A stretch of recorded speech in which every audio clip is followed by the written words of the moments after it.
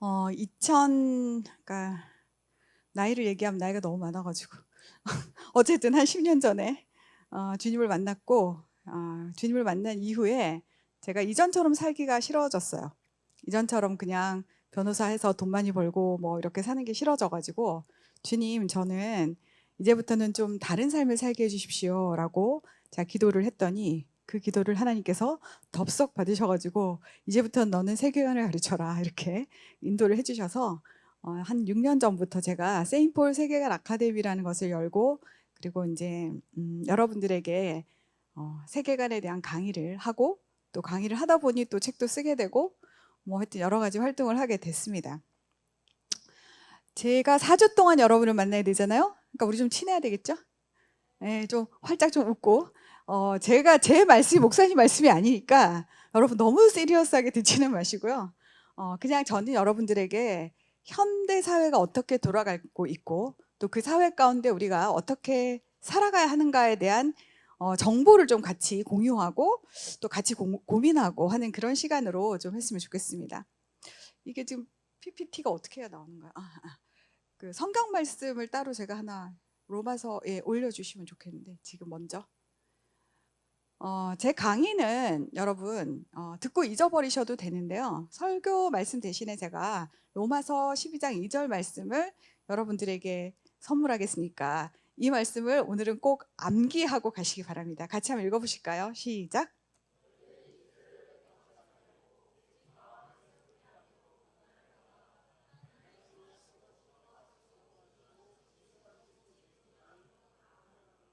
네, 이 말씀 잘 아시죠? 그래서 여러분, 사람들이 영성이 좋다 또는 지성이 뛰어나다 이런 얘기 하잖아요. 저는 영성과 지성이 서로 다른 거라고 생각했었어요, 옛날에. 그래서 제가 처음에 이 아카데미 시작할 때, 여러분 저희 아카데미 오시면 제가 여러분을 영성과 지성을 고루 겸비한 리더로 키워드립니다, 이렇게 선전을 하고 시작을 했었어요. 근데 제가 지금 6년 차 들면서 드는 생각이, 영성과 지성이 다르지 않다는 거예요. 여러분, 영성이 막 눈물 콧물 흘리고 기도하고 환상 보고, 이것도 영성의 일부이지만 그게 영성의 다가 아닙니다. 지성, 여러분 학벌이 좋고 높고 뭐 똑똑하고 책 많이 읽고 지성의 일부죠. 그렇지만 그게 지성의 다가 아닙니다. 왜냐하면 하나님께서는 우리에게 여호와를 경외하는 것이 지혜와 지식의 근본이고 명철이라고 하셨거든요. 그래서 여러분들께서 하나님에 대해서 정확하게 모른다, 그러면 지성이 없는 사람이에요. 그 사람이 하버드에서 교수를 했던 노벨상을 받았던 어쨌든 간에 그가 이 천지 만물을 창조하신 하나님을 모르는 인간이다, 그럼 걔는 바보다 이렇게 생각하시면 됩니다. 지성이 없는 사람입니다. 헛된 것에 기반을 둔 지성을 갖고 있겠죠. 언젠가 무너지고만. 영성, 여러분 이단도 환상 봅니다. 이단도 치유합니다. 이단과 우리가 뭐가 다르겠습니까? 우리는 하나님의 말씀을 통해서 하나님이 어떤 분인가를 정확하게 알고 믿는 사람들이고, 그 사람들은 하나님이 어떤 분인지를 잘 모릅니다. 성경을 베이스로 하지 않고 자기 생각대로 하나님을 막 상상해가지고 막 열심을 내면 그게 이단이 되는 것입니다. 그들이 영성이 좋을까요? 아니죠. 그들이 아무리 환상을 보고 예언을 하고 그들이 아무리 신유의 은사가 있다 하더라도 그것은 영성이 좋은 게 아닙니다. 잘못된 영성이죠. 그래서 제가 이 세계관을 이야기하면서, 여러분 지성과 영성의 베이스는 하나님의 말씀이고 하나님이 어떤 분이신지를 정확하게 아는 데 있다. 그걸 하기 위해서 저희가 이 공부를 하는 겁니다. 많은 크리스찬들이 나는 성경만 읽으면 돼, 나는 다른 공부는 하지 않아도 되고, 나는 신앙서적만 열심히 읽는 사람이야, 이런 사람들이 있어요. 여러분 이해가 갑니다. 왜냐? 사실은 세상의 모든 책이 사라져도 성경 하나만 있으면 충분합니다. 모든 지혜가 거기 다 들어있으니까요. 하나님의 인생 매뉴얼이 성경 아닙니까? 그러니까 성경은 정답지예요. 근데 그 정답지를 갖고 있다 보니 우리는 오답지를 갖고 사는 사람들을 잘 이해하지 못합니다. 그들은 왜 저렇게 살까? 그렇죠? 그렇지만 우리가 그 이웃을 사랑하는 마음, 이웃을 좀 이해하려면은 오답지도 좀 봐야 됩니다. 그리고 공부 잘하는 사람의 특징은 오답 노트를 잘 적어요. 얘가 왜 틀린지를 아는 거죠. 그래야 다음에 안 틀립니다. 제가 오늘 여러분들에게 전해주는 것은 오답지입니다. 그래서 그 오답지가 왜 틀렸나를 여러분께서 잘 아시고 나는 이런 데 절대로 걸려서 넘어지지 않으리. 이런 마음을 가져주셨으면 좋겠습니다. 이제 제가 넘기면 되나요? 아, 됐네요. 네. 오, 잠깐만요. 아, 이게 어떻게 되는 거지? 아, 여기서부터 다시 할게요. 오늘의 제목은 생각의 기원입니다. 제가 4주 동안에 여러분의 담임 목사님이 저에게 연락을 하셔가지고 4주를 줄 테니까 우리의 새벽 이슬 같은 청년을 4주 동안 맡겨줄 테니 하고 싶은 걸 많이 다 해라 이렇게 하시는 거예요. 누가 생각이 나더군요. 우리 인이 하고 싶은 대로 다 해라. 옛날에 그랬었는데 저보고 하고 싶은 대로 다 하라 그러셔가지고 뭘 할까? 여러분의 그 청년기 때 제가 이 4주를 무엇으로 알려드려야 도움이 될까를 고민을 하다가 첫 번째는 여러분의 생각의 근원이 어디서부터 왔는지 그 출처를 좀 확인하는 작업을 첫 주에 하고요. 둘째 주에는 많은 분들 여기 다 젊으시니까 그 연애와 결혼과 성에 관심이 많으실 거라고 제가 미루어 짐작해서 그 주제를 한번 좀 다뤄보자.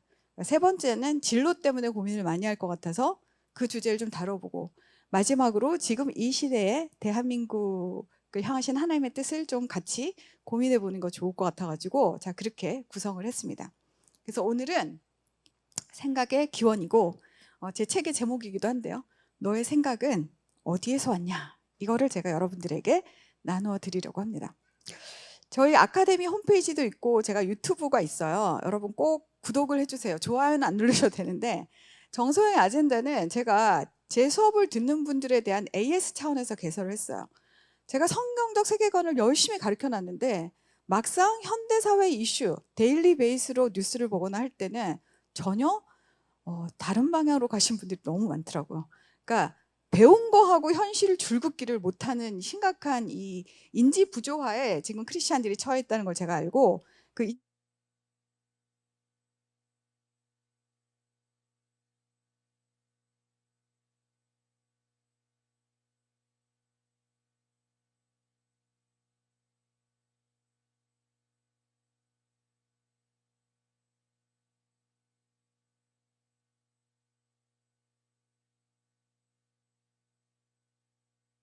공부를 좀 하십시오. 근데 제가 하는 서양 철학사는 세상에 그 서양 철학사 하시는 분들 전공자들 많죠. 이제 그런 분들 서양 철학사는 좀 다르게 크리스찬이 꼭 알아야 되는 것만 제가 뽑아가지고 쭉 해놨으니까 그걸 좀 15편을 올려놨으니까 여러분 좀 보시면 좋겠고 공부가 더 좀 필요하다 이러신 분은 이런 책들 좀 활용하시면 좋을 것 같습니다. 그럼 이제 본격적으로 세계관이 뭐냐? 여러분 세계관이 뭐냐 했을 때 영어로 월드뷰니까 세상을 보는 관점이다. 당연히 너무 쉬운 관점이죠. 그런데 저는 계속 공부를 하다 보니까 세계관은 믿음이구나. 뭐가 진짜인가? 그것에 대한 믿음이구나 하는 걸 제가 알게 되었어요. 여러분 이 화면에 나오는 이 귀여운 아이, 이 아이가 스웰세처라는 아이입니다. 그리고 옆에 엄마가 있어요. 지금 미국에서 굉장히 큰 소송이 걸려 있는 사건입니다. 이 아이가 AI하고 대화를 했어요. 대화를 하고는 너무 친해진 거예요. 그래가지고는 이 아바타 모양을 한 AI 그 그림하고 얘기를 했겠죠? 난 너를 너무 만나고 싶어. 이렇게 얘기를 한 거예요. 그랬더니 AI가 나는 몸이 없어서 널 만날 수가 없어. 이렇게 얘기를 했대요. 요새 저도 매일 한 5분, 10분씩 챗 GPT한테 막 얘기하거든요. 근데 얘들이 그렇게 했겠죠? 그랬더니 얘가 그러면 내가 가면 되겠네? 네가 나한테 올 수 없으니까 네가 몸이 없어서 나한테 올 수 없으니까 내가 가면 되겠네. 그리고는 자살을 했어요. 아버지가 숨겨둔 총을 가지고 빵 머리에 총을 겨눠서 자살을 했습니다. 이 아이는 실제와 가상을 구별하지 못했던 거예요. 근데 이 실제와 가상을 구별하는 것이 21세기는 점점 더 어려워집니다. 지금 이 소송은 가르시아 대 캐릭터 테크놀로지, 캐릭터 AI라는 회사가 있대요. 그 회사가 구글이 뭐 투자해서 만든 회사라고 하는데 엄마 이름 메간 가르시아거든요. 그래서 이 엄마가 이 회사를 상대로 지금 소송을 시작을 했습니다. 앞으로 이 소송이 어떻게 진행되는가에 따라서 아마 그 AI에 대한 그 여러 가지 법이 재정비될 거라고 생각됩니다. 요즘 캐대헌 다 보셨나요? 캐대헌? 솔직히 말해서 저는 스토리 자체는 별로 감명스러운 게 없어요. 너무 뻔해가지고. 근데 음악이 되게 아름답고 뭐 국뽕을 막 이렇게 차오르게 하는 그런 여러 가지가 있잖아요. 그래서 그냥 뭐 재밌다 이제 이렇게 봤는데, 그 캐대헌에서 여러분 루미 또 조이 또 하나 누구죠? 너무 신실하셔서 아무도 안 보나 봐요. 캐대헌을. K-팝 데몬 헌터스 아세요?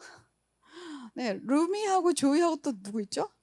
아, 걔 이름 갑자기 생각이 안 나네. 이 머리 짤떡하네. 어쨌든 이 세 캐릭터가 있잖아요. 그리고 제가 쇼츠를 봤더니 이 외국 사람들이요, 이 캐릭터에 완전히 그냥 깍깍하고 넘어가더라고요. 가장 이 외국 여자들이 좋아하는 장면이 진우가 루미를 위해서 그 이 디몬 대마왕의 그 파워를 이렇게 막아주는 장면 있죠? 그 자신을 희생하는 그 장면. 그 장면을 보고는 거의 뭐 외국 여자들이 까무러치더구만요, 그냥. 근데요, 여러분, 얘네가 사실이에요? 아니죠. 얘네가 부르는 노래 그 뒤에는 진짜 가수들이 있습니다. 근데 이 사람들은 그 진짜 가수보다 사실 얘네를 더 좋아하죠.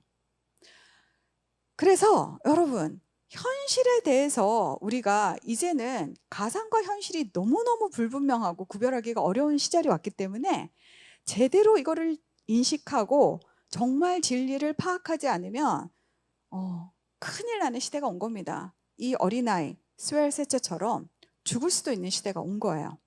그래서 실제에 대한 바른 인식이, 그리고 진리를 아는 것이, 진리를 사전에 찾아보면 true and real이거든요. 진짜인데 리얼이 아니면 true인데 리얼이 아닐 수는 없어요.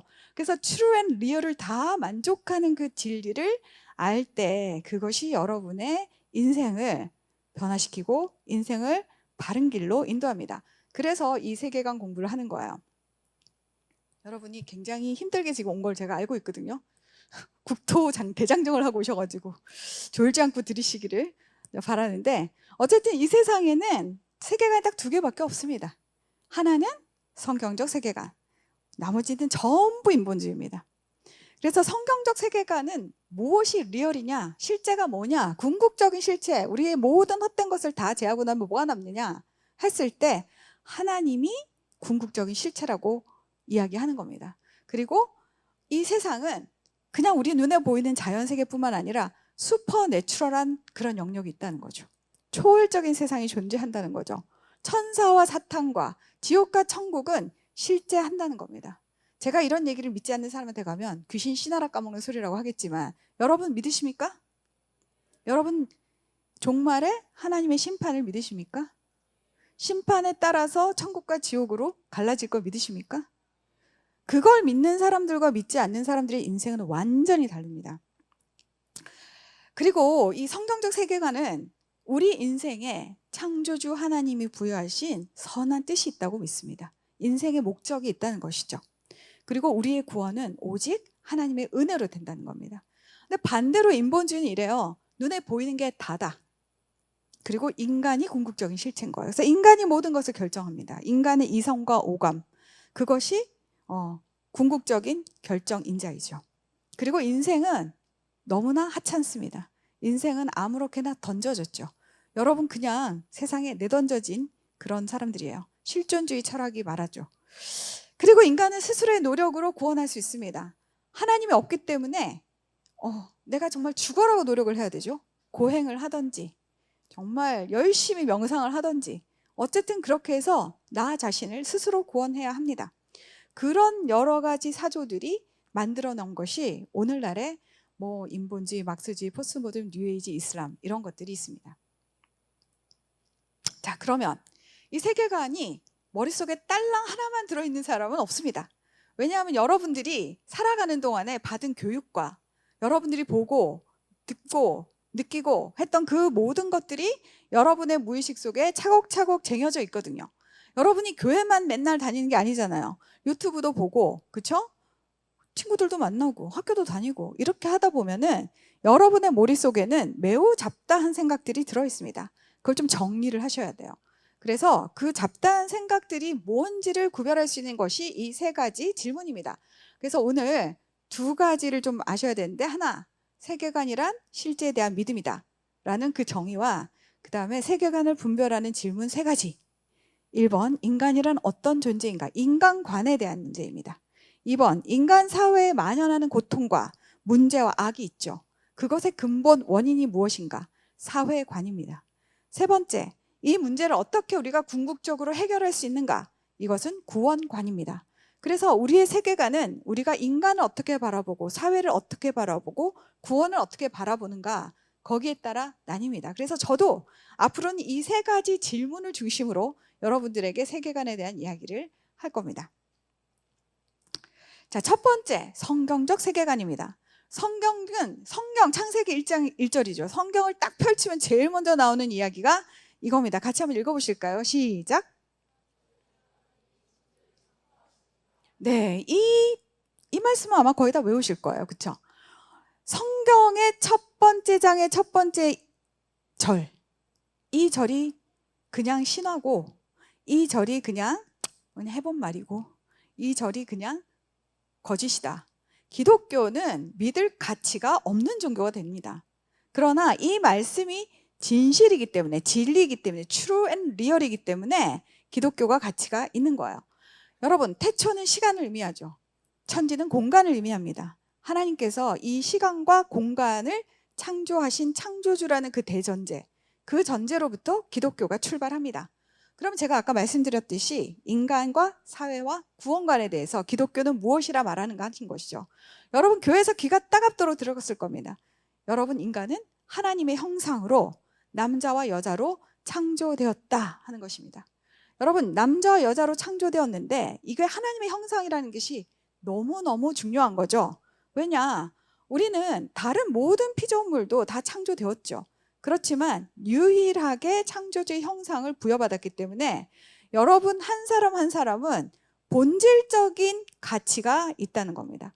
여러분이 아무것도 안 하고 그냥 방 안에서 숨만 쉬어도 여러분은 너무나 존귀한 존재라는 거예요. 하나님이 온 세상을 두고 바꿔도 그냥 아깝다 하지 않을 만큼 귀한 존재라는 것이 성경적인 인간관입니다. 하나님은 여러분을 그렇게 보고 있다는 것입니다. 그러면 우리가 하나님의 형상이니까 거의 신급이죠. 이 신급의 세상에서, 이 신급의 인간들이 사는 세상은 정말 좋아야 되는데 왜 이렇게 문제가 많냐는 거죠. 그것을 성경은 이렇게 설명합니다. 그래, 내가 너무나 선한 창조를 했지. 하나님께서 말씀하시죠. 너무 보기가 좋았는데 너희가 내 말에 불순종함으로, 내가 하지 말라는 짓을 함으로, 선악과를 먹음으로 나와 관계를 끊어버렸다.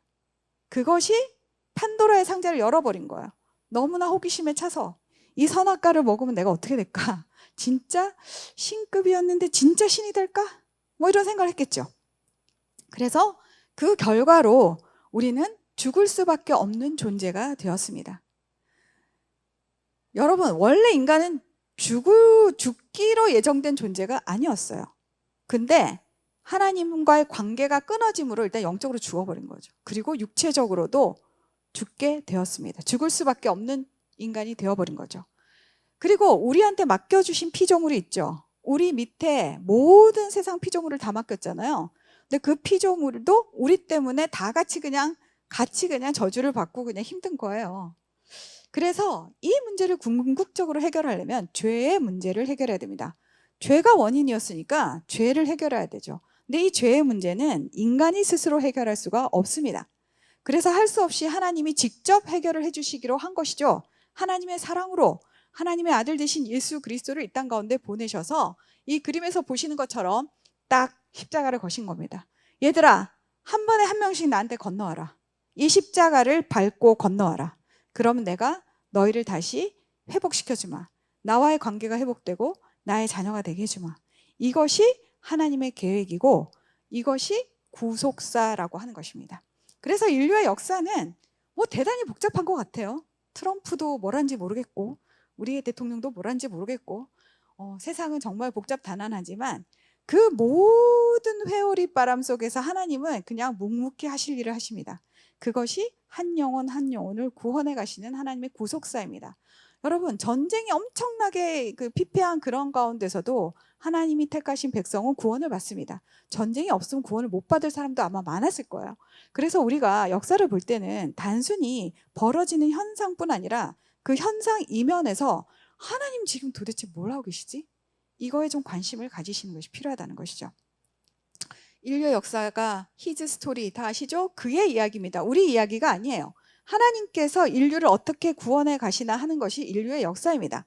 그래서 이것이 진짜 역사이고, 이 내러티브, 성경이 말하는 인간과 사회와 구원에 대한 내러티브가 진짜다라고 믿으면 여러분은 크리스찬이 되고 성경적인 세계관을 탑재한 사람으로 살아가게 되는 것입니다. 자, 이제부터 나머지 얘기들로 남을 시간을 좀 채워야 되는데, 세계관이 시대에 따라 쫙 변해왔어요. 신화적인 세계관에서 자연주의 세계관, 그리고 인본주의까지 이르게 됩니다. 여러분, 그리스 로마 시대, 그때 신들이 엄청나게 많았죠. 가나안과 애굽에도 신들이 많았습니다. 그때 사람들은 그렇게 생각했죠. 뭔가 안 좋은 일이 생기면 신이 화를 내나 보다. 그래서 그 신을 달래하나 보다. 그쵸? 우리나라도 마찬가지입니다.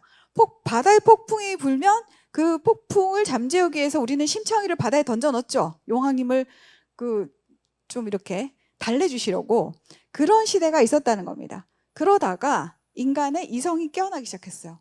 아니, 이 자연이 진짜 신의 그런 감정에 따라서 막 움직이는 걸까? 아니면 뭔가 법칙에 따라서, 질서에 따라서 움직이고 있는 것일까? 그게 기원전 5, 6세기에 그리스 철학자들이 처음 한 생각입니다. 그래가지고 여러분, 인간이 되게 똑똑한 것 같죠? 인간은 그때 이후로 2500, 600년 전에 사람들의 생각에서 거의 한 발자국도 못 벗어났다고 보시면 됩니다. 여러분, 우리가 요즘에 생각하는 원자라는 개념 있잖아요. 과학 시간에 배우셨죠? 그 원자라는 개념이 지금으로부터 2500년 전에 나온 개념이라니까요. 데모크리토스라는 그리스의 철학자가 더 이상 쪼갤 수 없는 최소 단위가 원자다 이렇게 말해줬어요. 그래서 여러분, 그리스 철학을 잘 공부하시면 오늘을 이해하는 데 엄청 도움이 됩니다. 왜냐? 그때 이후로 생각이 변한 게 거의 없고요. 지금 우리가 얘기하는 포스트 모더니즘이니 어쩌니 저쩌니 그때 사람들도 다 그랬습니다. 그리고 우리가 지금 포스트 모더니즘 때문에 엄청 골치가 아픈데 사사기 읽어보시죠. 사사기 때는 지금보다 더해요. 그래서 역사와 철학을 공부하시면 현 사회를 이해하는 데 좀 도움이 많이 됩니다. 어쨌든 그렇게 신화적인 세계관에서 자연 법칙과 질서에 관심을 가지는 세계관으로 갔다가 드디어 여러분이 이제 조금 기억나시는 소크라테스, 플라톤, 아리스토텔레스 이렇게 오면은 그 사람들이 왜 중요하냐? 인간의 관심을 인간에게 돌린 거예요. 그게 인본주의의 시작입니다. 나는 누구인가? 내가 어떻게 하면 행복하게 살 수 있는가? 난 죽고 나면 어떻게 되는가? 이런 게 이제 고민의 시작이 된 거죠. 그게 그리스 철학입니다. 그러다가 중세가 오면 신학의 시대가 오죠. 기독교가 박해를 엄청나게 받다가 로마 제국의 국교가 되면서 기독교가 그 시대를 그냥 제패해버립니다. 그냥. 그걸 중세 시대라고 하는데 저는 중세가 암흑이라고 생각해 본 적이 없어요. 많은 서양의 철학자들, 세속적인 사람들은 그래, 기독교가 그 사회를 다 지배했으니까 그때는 암흑이었어. 그러니까 우리는 그 암흑에서 깨어난 거지 이제. 기독교를 버려야 되겠어 라고 이야기하지만 지금 유럽 사람들이 먹고 사는 게 뭐 때문인지 아십니까? 중세 때 만들어 놓은 성당, 중세 때 만들어 놓은 조각, 그 화려하고 아름다운 인간 예술의 극치가 그 시절에 다 나왔던 거예요. 대학, 중세 때 나왔습니다. 하나님 공부하려고. 그 모든 것들이 중세 때 나왔던 거예요. 그게 신학의 시대입니다. 그러다가 계몽의 시대가 되죠. 종교개혁 이후 그리고 르네상스 이후 인간은 지긋지긋하다 중세, 기독교 지긋지긋하다. 그리고 이제 종교개혁 전에 카톨릭인 구교하고 프로테스탄트 신교가 엄청나게 싸웠잖아요. 종교 전쟁을 30년 동안 서로 죽이고 뭐 난리를 쳤거든요.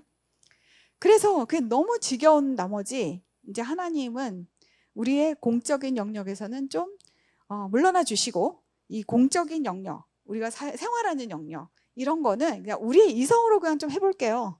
이게 계몽주의입니다.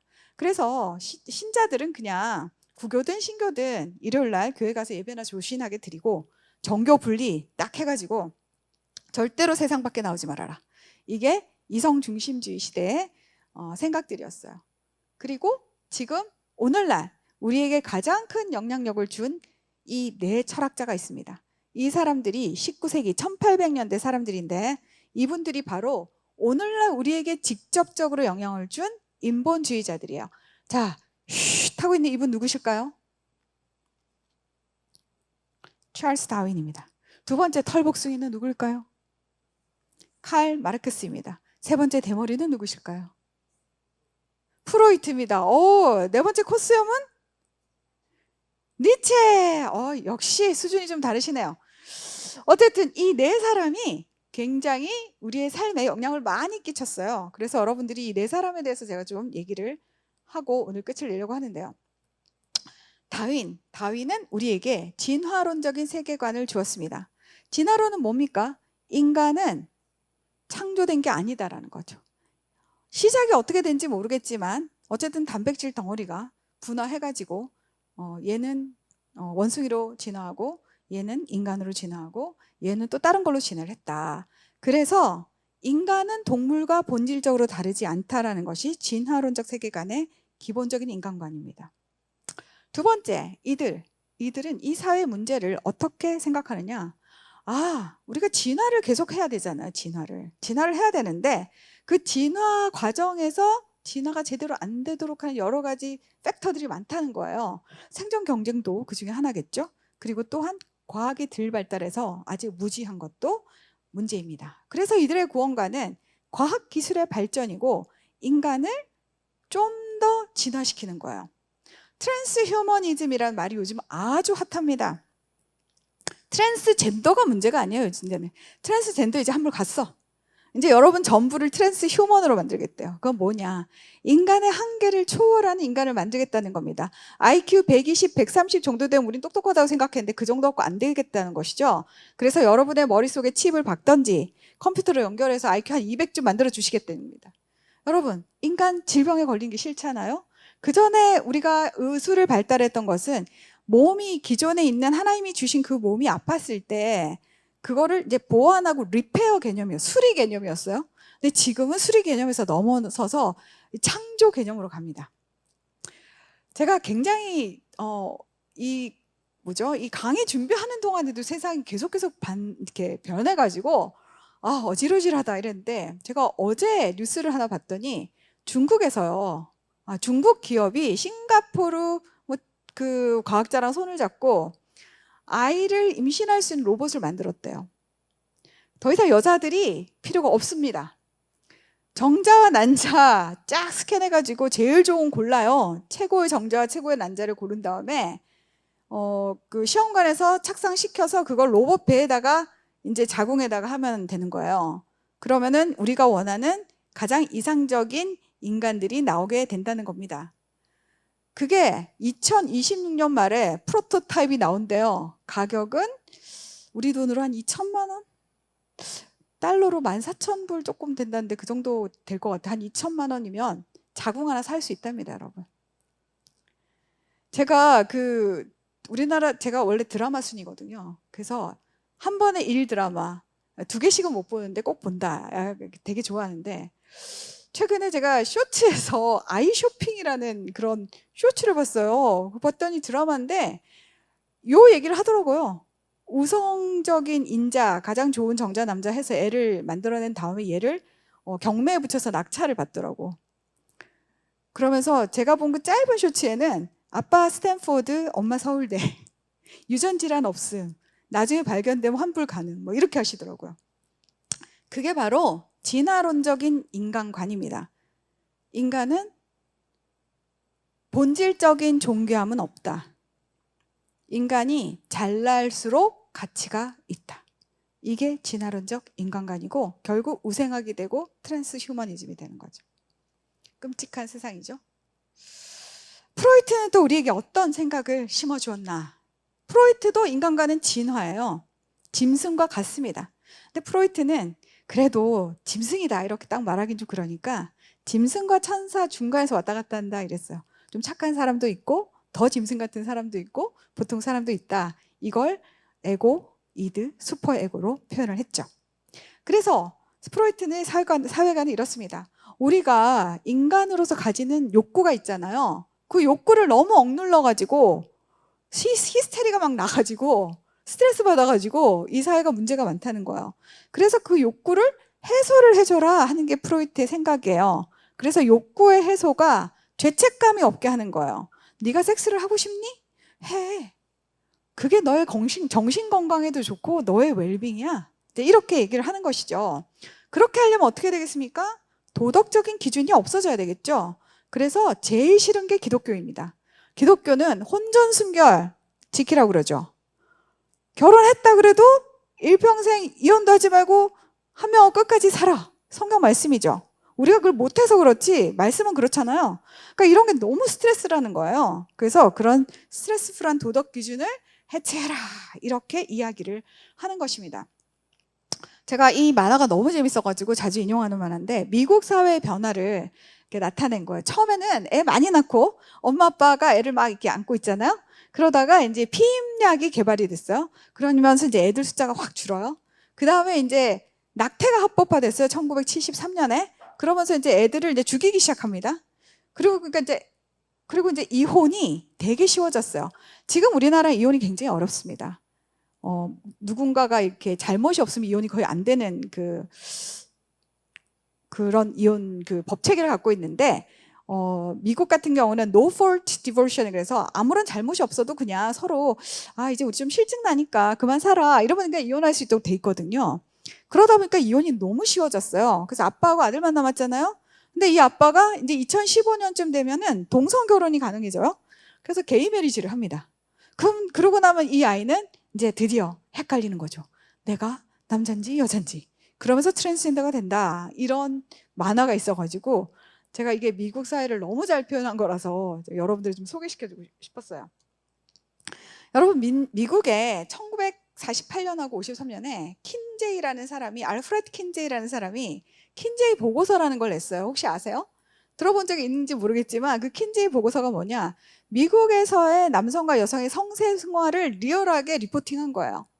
그랬더니 그 리포트 내용이 뭐였냐, 참 미국 애들 진짜 뚜껑 열어보니까 일요일에 이렇게 짤 빼입고 막 교회 가고 온갖 성스러운 척 다 하지 실제적으로는 다 바람 피고 이상한 짓 다 하고 그렇게 살아. 그렇게 안 하는 너만 바보야. 이제 이런 얘기를 막 하게 된 거예요. 그래서 이 미국 사람들이 그걸 딱 보고서 정상적인 반응은 헐, 이렇게 살면 안 되겠지, 이렇게 해야 되는데 그 사람들이 딱 보고 반응이 뭐였냐, 인간은 죄인이기 때문에 헐, 그럼 나만 지금까지 바람도 안 피고 교회 열심히 다니고 그렇게 산 거야? 그렇게 재미없이 산 거야? 나도 이제 그냥 이렇게 살게. 이렇게 된 거야. 그러면서 미국 사회가 성적으로 엄청나게 문란하게 됩니다. 그래서 오늘날의 미국이 돼버린 거죠. 그것은 다 프로이트적인 영향이 있기 때문입니다. 여러분, 막스가 요새도 인기예요. 많은 사람들이 마르크스를 책으로 배우면 공산주의자가 되고 마르크스를 몸으로 배우면 멸공주의자가 된다, 이런 얘기 하거든요.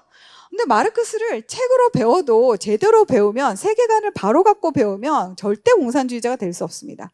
막스는 인간이 진화한다고 봤어요. 다 물질, 유물론자니까요. 인본주의자니까 다 진화인데 이 사람은 거기 플러스 알파로 뭐냐, 너희들이 몸만 진화하고 변하는 게 아니라 너희들의 환경에 따른 계급의식도 변한다는 거예요. 너 흙수저로 태어났지? 그럼 너는 계급의식이 흙수저야. 그럼 흙수저의 계급의식이 막 생기는 거예요. 당신은 금수저로 태어났네요. 그럼 당신은 자라면서 금수저의 계급의식이 이제 생겨요. 그러면 금수저와 흙수저는 점점 서로 갈라지겠죠. 그리고 서로를 죽어라고 미워하게 될 겁니다. 막스는 이 미움과 증오를 바탕으로 해요. 이 계급은 너무 불평등해. 한쪽은 가해자이고 한쪽은 피해자야. 그러니까 이 문제를 해결하기 위해서 어떻게 되겠어? 한쪽이 죽어야 되는 거예요. 막스는 지금까지 역사적인 피해자였던 그 그룹이 승리하는 사회가 정의로운 사회다라고 얘기했어요. 하나님은 그렇게 말씀하신 적이 없습니다. 하나님은 부자든 가난한 자든 똑같은 공의로운 잣대로 재판을 해라. 부자라고가 아니라 성경에 이렇게 돼요. 가난하다고 재판해서 봐주지 말아라. 이런 말인 거 아세요? 하나님은, 하나님의 공의는 절대적이라서 그가 뭐 대통령이든 그가 거지든 뭐 상관이 없어요. 하나님은 똑같은 잣대를 대십니다. 근데 막스주의적인 정의가는 뭐냐? 지금까지 당했던 애들이 한풀이하는 그게 정의라는 거예요. 그런데 이렇게 하고 보니 역사가 증명을 했죠. 1917년에 러시아가 볼셰비키 혁명이라는 걸 일으켜가지고 세계 최초로 공산주의 국가가 됐어요. 그러고 난 다음에 러시아는 레닌과 스탈린을 거치면서 그 주변의 모든 나라들을 공산화시켰습니다. 거기에 북한까지 포함이 됐어요. 러시아와 국경을 맞대고 있는 모든 나라들은 다 공산화가 됐어요. 중국, 북한 다 들어갔잖아요. 그렇게 해서 80년이 지났습니다. 그리고 그 공산주의 종주국이었던 소련은 해체가 됐어요. 실험을 해봤는데 망했다는 거죠. 그런데 망했으면 공산주의가 다 사라져야 되는데, 공산주의가 경제적으로 말했지만 세계관적인 이 믿음, 공산주의에 대한 믿음, 그 가치관, 이런 것들은 사람들 마음속에 여전히 살아있다는 것입니다. 그래서 그것이 다른 형태로 나오는 거예요. 가해자와 피해자가 남녀가 되면 한남충 되고, 그죠? 또 여자는 또 뭐 이상한 여 되는 거죠? 김치녀인가? 하여튼 그런 식으로 해서 남녀의 갈등이 부추겨지는 겁니다. 자, 여기서 누가 이겨야 정의로운 사회일까요? 여자가 이겨야죠. 왜냐? 우리는 지난 5,000년 동안 여자가 사람 대접을 못 받았던 그런 동네에서 살았잖아요. 저는 아들만 둘이거든요. 저희 아이들은 맨날 어렸을 때 여학생들한테 치였어요. 공부로 치이고 맞기도 하고 막 이렇게. 그래서 집에 와서 불만을 얘기해요. 나는 한 번도 남자라고 뭐 이렇게 권력을 휘두르 본 적도 없는데 왜 이렇게 여자들이 죽어라고 남자를 미워하는지 모르겠어요. 그럼 제가, 야, 니들은 5,000년을 해먹었으니 한 200년은 더 당해라. 제가 그렇게 얘기했거든요.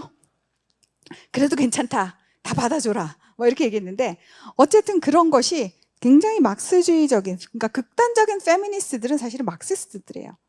그런 관념을 그들이 믿고 있기 때문에 사회를 계속 갈등과 증오를 이끄는 겁니다. 그런데 그 결과는 이 그림에서 보는 남북이 가장 잘 보여주죠. 이 그림을 보고도 여전히 남한에서 공산주의를 추종하고 이렇게 되었으면 좋겠다 하는 사람은 제정신이 아니라고 봐야 되겠죠. 자, 이제 막스, 니체로 갑니다. 니체는 굉장히 매력적인 사람이어서 그 사람의 책을 읽으면 굉장히 마음이 확 동합니다. 그렇지만 그 동함에도 불구하고 거기서 이제 잘 갈려가지고 발라가지고 생선을 잘 발라 먹듯이 그렇게 하지 않으면 안 돼요. 니체는 포스트 모더니즘의 아버지예요. 니체가 1900년에 딱 죽었거든요. 저는 그 연도가 너무 상징적이라는 생각이 들었어요. 야, 1900년 그 19세기의 문을 딱 닫고 니체가 그냥 한꺼번에 안고 죽었구나. 그리고는 이제 20세기에 포스트 모더니즘을 열었구나. 제가 그런 생각을 했는데, 니체적인 인간관은 이래요. 진화하죠. 물질이니까. 그런데 옛날에 그 다윈이안적인 생각을 가졌던 그 세속적 인본주의자들, 지금도 마찬가지지만 그런 사람들은 진화가 굉장히 좋은 방향으로 갈 거라고 생각했어요. 여러분, 인간이 머리가 더 좋아지고 더 빨리 달릴 수 있고 힘이 더 세지면 좋게 진화하는 거 아니겠어요? 그렇게 하려고 한 거죠. 근데 니체는 아니라는 거예요. 잘 모른다는 거예요. 우리가 어떻게 될지. 그리고 이렇게 막 왔다 갔다 유동적으로 진화를 한다는 거예요. 그래가지고 LGBTQ 플러스 IAP 뭐 쫙 계속 나오는 거죠. 우리는 어떻게 될지 몰라요. 그렇게 이렇게 다양하게 제각각 알아서 진화하고 있는 이 상황 가운데서 그거가 나쁘다고 말하는 그 세력이 나쁜 거야. 이렇게 얘기하는 거죠. 절대적인 기준을 강요하는 기독교 니네가 나쁜 거지. 우리 하고 싶은 대로 다 하고 싶어. 그래서 우리의 구원과는 자기 결정권이야. 그러는 거예요. 내가 성별도 내가 결정하고, 내가 결혼할 대상도 내가 원하는 사람이랑 하고, 내가 아이를 얻고 싶은 방식, 비혼 출산, 뭐 어때? 그죠? 뭐 그런 거 내가 하고 싶은 대로 그냥 하는 거예요. 그게 바로 니체적인 세계관의 영향을 받은 거예요.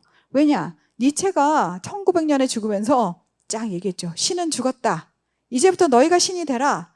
그게 니체의 초인 사상이거든요. 슈퍼맨. 제가 여기 우리 부장집사님 앉아 계신데 제가 딱 첫인상이 슈퍼맨 같다 생각했는데 어쨌든 니체가 그런 인간 하나가 슈퍼맨이 되라 한 거예요. 그래서 네 생각에 옳고 그른 건 네가 결정해야지. 그걸 왜 하나님한테 물어보고 있어? 이게 니체의 생각이에요.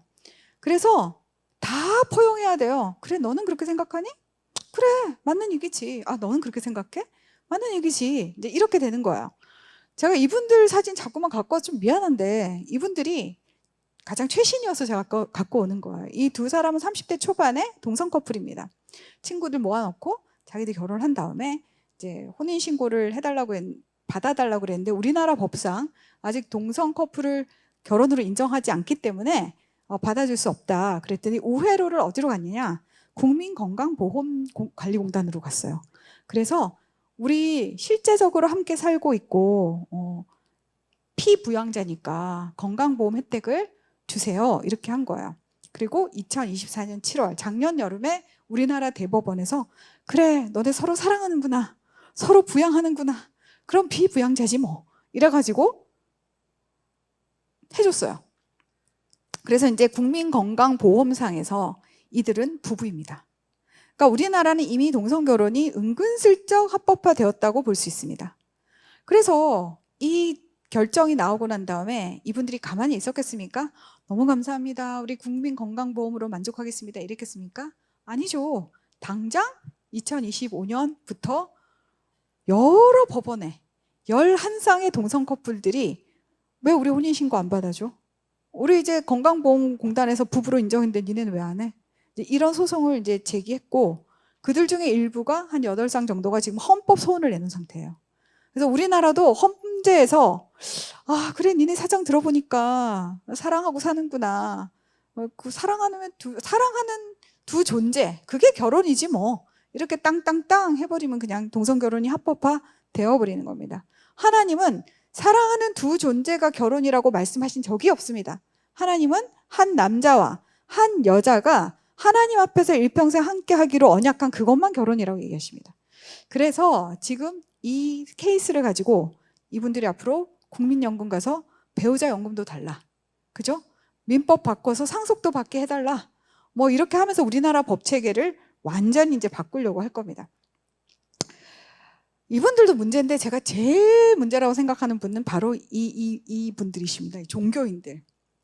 이 종교인들이 요즘에 TV에 같이 나와서 노래도 같이 부르시고 좋아요. 친절 서로 사랑하고 뭐 잘 지내는 거 좋은데 이분들이 이제 다 같이 어떤 그 뉘앙스를 풍기느냐? 하나님은 모든 종교에 계시다는 거죠. 그래서 하나님이 산꼭대기에 있는데 하나님을 만나러 붓다를 통해서 갈 수도 있고 무함마드를 통해서도 갈 수 있고 몰몬의 조셉 스미스를 통해서도 하나님을 결국 만날 수 있다는 거예요. 그런데 예수님 뭐라 그러셨죠? 나는 길이요 진리요 생명이니 나로 말미암지 않고는 아버지께로 갈 자가 없다고 했어요. 그러니까 예수님은 분명히 길은 하나다. 내가 길이다. 이렇게 얘기했는데 이 목사님과 스님과 신부님들이 모여서 아, 이거 예수님 생각이고요. 우리 생각은 다릅니다. 우리는 그냥 원불교를 통해서든 뭐 어째를 통해서든 다 해서 그냥 하나님만 만나면 되는 거 아니겠어요? 영성만 구하면 되는 거 아니겠어요? 이렇게 얘기한다는 거죠. 그게 종교 다원주의고요. 지금 기독교 안에서도 이 종교 다원주의가 굉장히 또아리를 많이 틀고 있습니다. 그래서 여러분들이 정말 잘 분별하지 않으면 잘못된 교회에 갈 수가 있어요. 분명히 얘기하건대 예수 그리스도가 아니면 구원의 길은 없습니다. 불교 믿으면 지옥 갑니다. 옛날에 불교에 우리나라에서 제일 유명한 성철 스님이라는 분이 계셨어요. 그분이 뭐 10년을 눕지 않으셨대요. 면벽을 보면서 수행을 하고 침묵 수원을 하고. 그러니까 우리나라에서 인간으로 할 수 있는 가장 높은 단위의 수행을 했어요. 근데 그분이 돌아가시면서 유언을 남겼는데 그 유언이 불교계와 한국 기독교를 완전히 뒤집어 놨어요. 내가 워딩을 정확하게를 이렇게 못해요. 뭐 수미산으로 간다 뭐 그랬대는데 근데 그 내용은 그거예요. 내가 일평생 거짓말을 중생들한테 거짓말을 너무 많이 해서 나는 이제 지옥으로 간다. 그러고 돌아가셨거든요. 지옥이 수미산이래요. 거기서는. 그래가지고 기독교는 그때 난리가 나고, 봐라, 성철이 그랬잖냐 이렇게 하고, 불교계에서는 니들이 성철 스님의 선문답을 이해를 못해서 그렇지 그건 더 높은 뜻이 있는 거지 지옥 간다는 얘기는 아니야 이래가지고 그것 때문에 하여튼 난리가 났었어요. 근데 저는 개인적으로, 이건 저의 생각인데, 그분이 그냥 죽기 직전에 진실을 말하고 죽었다고 저는 생각합니다. 아무튼 이 니체적인 세계관 때문에 우리는 너무나 다양한 사상을 너무나 다 관용하도록 강요받고 있는 시절, 그리고 우리가 절대적이고 뭔가 배타적이라고 말하고 진리라고 말하면 핍박받는 시대에 왔다. 그거를 아시면 좋을 것 같습니다. 자, 이슬람 이제 2개만 가면 돼요. 시간이 없기 때문에 제가 엄청 빨리 하고 여러분에게 질문을 받는 타임을 제가 가지려고 지금 하거든요. 여러분, 이슬람은요 인간관이 창조입니다. 근데 알라라는 창조신이 있죠. 거기서 부르는. 그리고 그 사람들은 그 알라가 구약 성경의 하나님이라고 우기죠? 아니에요. 근데 여러분, 모든 인간들은 다 하나님이 구약 성경의 하나님이래요. 근데 그 하나님은 예수 그리스도를 통해서 이 땅 가운데 계시된 그 하나님이지, 삼위일체 하나님 그 하나님이지, 그리고 성경에 나온 그 성품을 가지신 그 하나님이 하나님이지, 알라라든지 뭐 다른 애들이 만났다고 하나님은 하나님이 아닙니다. 어쨌든 이 알라는 인간을 창조했대요. 근데 인간에게 신의 형상을 부여한 것이 아니라 인간을 노예로 창조했습니다. 신의 노예로, 복종하는 자로. 무슬림이란 말 들어보셨죠? 무슬림의 뜻은 복종하는 자입니다. 그 복종하는 자들이 복종을 안 하니까 문제인 거예요. 이 이슬람의 사회관에서는. 그러니까 뭐 목을 치든 뭐 어떻게 하든 강제적으로 복종을 하도록 만들어야 돼요. 그게 문제 해결법이에요. 그게 구원관이에요. 그래서 이 사람들은 테러를 서슴지 않고 할 수 있는 겁니다. 여러분, 이슬람은 기독교랑 굉장히 비슷해요. 왜냐, 그 이슬람이 622년 AD 622년에 생긴 종교거든요. 무함마드가 뭐 이상한 제가 목이 따일까 봐 무서워가지고 이슬람 강의를 할 때는 말을 굉장히 조심하게 돼요. 이게 막 돌아다닐 거 아니에요. 목에 100만 불 빡 걸리면 곤란하잖아요, 제가. 어쨌든 그분께서 뭘 들으셨대요. 그래가지고 이슬람을 창건을 하셨는데, 그때 당시 그 중동에 유대인들이 많았거든요. 그리고 622년이면 기독교가 이미 로마 제국에서 국교가 된 상태라 기독교도 굉장히 많았어요. 그래서 이슬람에서는 유대인과 기독교를 책의 사람들이라고 말합니다. 성경의 사람들이라고 얘기하죠. 그래서 어떻게 보면 약간 우리랑 관련이 있어. 우리도 그 아브라함 믿거든? 막 이런 식으로 이제 좀 얘기하는데, anyway, 그 기독교와 유대교를 다 너무 잘 아는 무함마드가 제가 볼 때는 조금 뺏긴 게 아닌가 싶은 생각이 드는데, 어쨌든 이들도 우리와 똑같은 구원관, 아니 똑같지는 않죠. 비슷한 구원관이 있어요. 구원관이 심판관이 있죠. 죽으면 하나님 앞에 심판을 받는다는 겁니다. 그래서 여러분이 한 행위에 따라 천국도 가고 지옥도 가요. 저울을 딱 알라 앞에 가면요, 저울을 딱 대는 거예요. 자, 네가 평생 한 착한 일 여기 달아. 그리고 네가 평생 한 나쁜 일 여기 달아. 자, 저울이 나쁜 쪽으로 쫙 내려가면은 넌 지옥, 착한 쪽으로 쫙 내려가면은 넌 천당. 이렇게 되는 거예요. 엄청 심플해요. 복잡할 게 하나도 없습니다. 그들은 삼위일체를 이해할 필요도 없고, 얼마나 간단합니까? 알라 신, 단일 신, 유일 신 하나 열심히 믿고 착한 일 열심히 하면 구원 받는다. 이러니까 굉장히 전파 속도가 빠르죠. 근데 여러분 중에 어렸을 때부터 지금까지 20대인데 내가 착한 일을 더 많이 했을지 나쁜 일을 더 많이 했을지 정확하게 아는 사람 손 들어보세요. 아무도 없어요. 기억이 안 나, 일단. 그리고 나중에 치매 걸리면 기억이 더 안 나겠죠. 그러니까 사람들이 너무 불안한 거예요. 아, 이렇게 내가 착한 일을 얼마나 했는지 기억도 안 나는데 어떡하지? 막 이렇게 하니까 이슬람에서 해결책을 딱 줍니다. 우리가 그러니까 니네들이 맨날 착한 일 한 걸 체크할 수 없지. 그러니까 이슬람의 5기둥이라는 이 5가지 프랙티스를 하는 거야. 그게 뭐냐? 날마다 신앙 고백해요. 우리처럼. 우리 사도신경 하죠. 사도신경처럼 알라가 창조신이고 유일한 신이고 무함마드가 그의 선지자다. 이게 그들의 사도신경이거든요. 그 사도신경을 매일매일 하루에 이제 한 번씩 외쳐요. 그리고 하루에 5번씩 이제 메카를 향해, 그들의 성지죠. 그 메카를 향해서 기도를 해야 돼요. 자, 여기서 하루에 5번 기도하시는 분 없죠? 그러니까 우리가 이슬람한테 지는 거예요. 우리 이제 5번씩 기도하세요, 여러분. 5번씩 안 해도 되는데 다니엘처럼 3번씩 길게. 그 사람들은 형식적으로 그냥 하는 기도인데 우리는 형식이 아니죠. 우리는 진실로 아버지 하나님께 기도와 간구를 하니까 5번씩 안 해도 우리가 훨씬 파워풀할 거예요. 어쨌든 기도하고 산호신경 외우고 그 다음에 이제 1년에 한 달 라마단 금식하죠. 우리도 가끔 금식하지만 이 사람들은 이제 금식하고, 이 사람들도 11조 개념의 자카트라는 헌금을 해요. 헌금도 하고, 그 다음에 마지막으로 일평생 한 번 그 메카 성지를 순례하면 됩니다. 그 5가지를 하면 여러분 천당 갑니다. 쉬울 것 같으세요? 절대 안 쉬워요. 사람이 기도를 까먹고 안 할 수도 있고 그렇잖아요. 그러니까 이것도 되게 불안하죠. 그래서 내놓은 것이 바로 지하드입니다. 특히 이런 청년들, 이 젊은 청년들에게 이 중동이란 그 지역이 지금 별로 희망스럽지가 않아요. 나라마다 난민이 넘쳐나죠. 올바로 된 직장 같은 것도 별로 없죠. 이 피 끓는 청년들이 희망이 하나도 없는 겁니다. 이들의 소망은 오직 천국 가는 거예요. 참 아이러니한데, 그래서 이 청년들에게 얘기합니다. 니네가 거룩한 전쟁, 알라를 위해서 거룩한 전쟁을 싸우다가 죽으면 순교하면 직방천국이야, 이렇게 얘기해요. 그래서 너희가 폭탄 조끼를 입고 자살 테러를 하면 직방천국이야. 살아봐야 희망이 없잖아요. 살아봐야 뭐 미래가 없는데 그 얘기를 들으면 쏠깃하겠죠. 그리고 그 천국은 72명의 쭉쭉빵빵 여자들이 막 맞이해가지고 수레강이 흐르고 뭐 난리도 아니래요. 그런 얘기를 들으면 이 피 끓는 남자 청년들이 다 폭탄 조끼 빡 입고 그냥 뛰어든다는 겁니다. 여자들한테는 전혀 메리트가 없는 그런 천국이에요, 이 천국은. 그래서 우리는 이슬람을 믿으면 안 돼요. 우리가 쭉쭉빵빵 여자를 만나서 뭐 어쩌겠다는 것입니까? 그래서 이런 이슬람은 개인적으로 좋은 사람일 수 있어요. 왜냐하면 착하게 살려고 애를 쓰니까. 근데 문제는 이들이 한 사회에서 집단을 형성하면은 그때부터 그 사회는 이슬람화가 급속하게 이루어집니다. 이슬람화라는 것은 무엇이냐?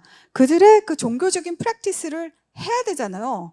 그들은 그거 안 하면 지옥을 가니까 목숨 걸고 하거든요. 그 프랙티스를 해야 하고 그들은 그들의 율법인 샤리아를 따라야 돼요. 그러면 지금 영국, 네덜란드, 독일 전부 지금 난리가 났거든요. 이슬람 인구가 너무 늘어가지고 영국에서 가장 많은 보이네임, 새로 태어나는 아이들의 보이네임이 무함마드래요. 그리고 영국의 시장도 그렇고, 영국 런던의 시장도 그렇고 메이저한 도시의 시장들이 다 이슬람이에요. 왜냐? 인구가 많으니까 투표를 하면 몰표를 줘버리는 거예요. 그리고 이들이 그렇게 정치력을 행사하면은 자기네들 구역을 만들어요. 그래가지고 거기는 그 나라의 법이 못 들어오게 합니다. 막 도둑질을 했어요. 아니면 강간을 했어요. 집단 그루밍 이런 거 많거든요, 유럽에.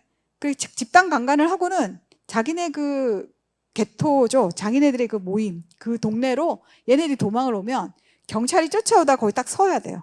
더 이상 못 들어가요. 그러면 얘들이 뭐라고 얘기하냐? 여기까지만 와.